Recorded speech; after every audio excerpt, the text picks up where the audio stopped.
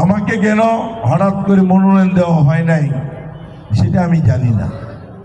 একজনকে কেন বহিষ্কার করলো, কেন তার নামে মামলা দিল, কি জন্য মামলা দিল?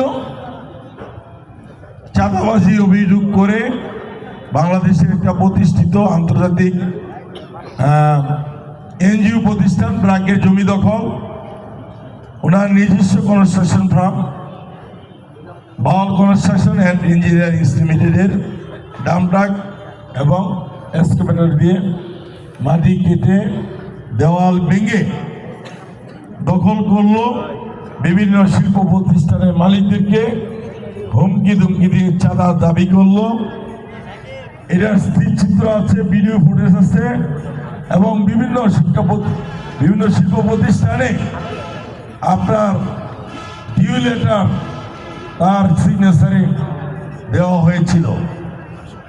কেনই বা আবার প্রত্যাহার করে যাকে চাঁদাবাজ হিসাবে স্বীকৃতি দিল, মামলা করলো, মামলা উল্টো করলো, শপথে বহিষ্কার প্রত্যাহার করলো।